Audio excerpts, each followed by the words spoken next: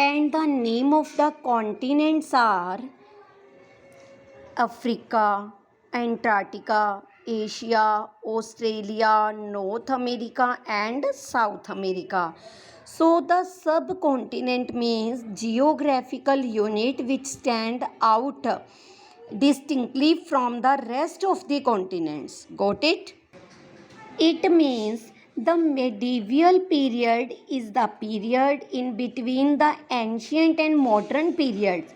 The 8th century saw many changes in political, economic, social, and cultural life of the people of India, and there were also changes in the patterns of their thinking and their behavior. So, we take the 8th century as the one belonging of the medieval period, and changes did not take place suddenly at any particular period of time.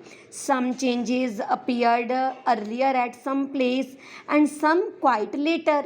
So many changes took place after the downfall of the Mahajanpads and the uh, East India Company. Okay, mostly changes appears. Next topic is about when.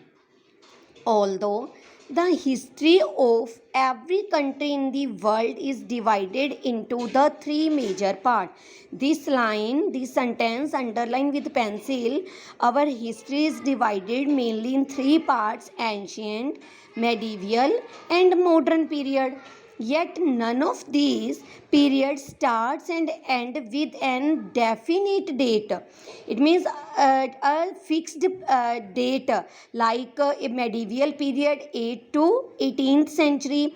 The word medieval comes from a Latin word and meaning is times in the middle. Medieval means middle period.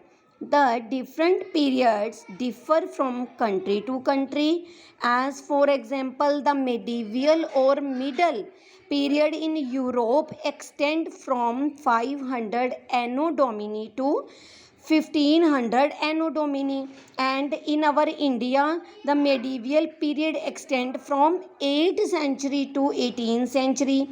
But here in India, the medieval period is counted from the death of Harsh, that is 8th period century Anno Domini to 18th century Anno Domini.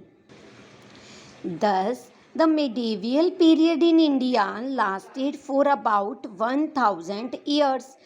As such, it is that period in our history which lies between the ancient and the modern period, and the history of this period shows a fusion of the Hindu and the Islamic cultures. It means the medieval period is an important place in our Indian history, and the medieval period can be divided into two major parts, that is the early medieval period and the later medieval period.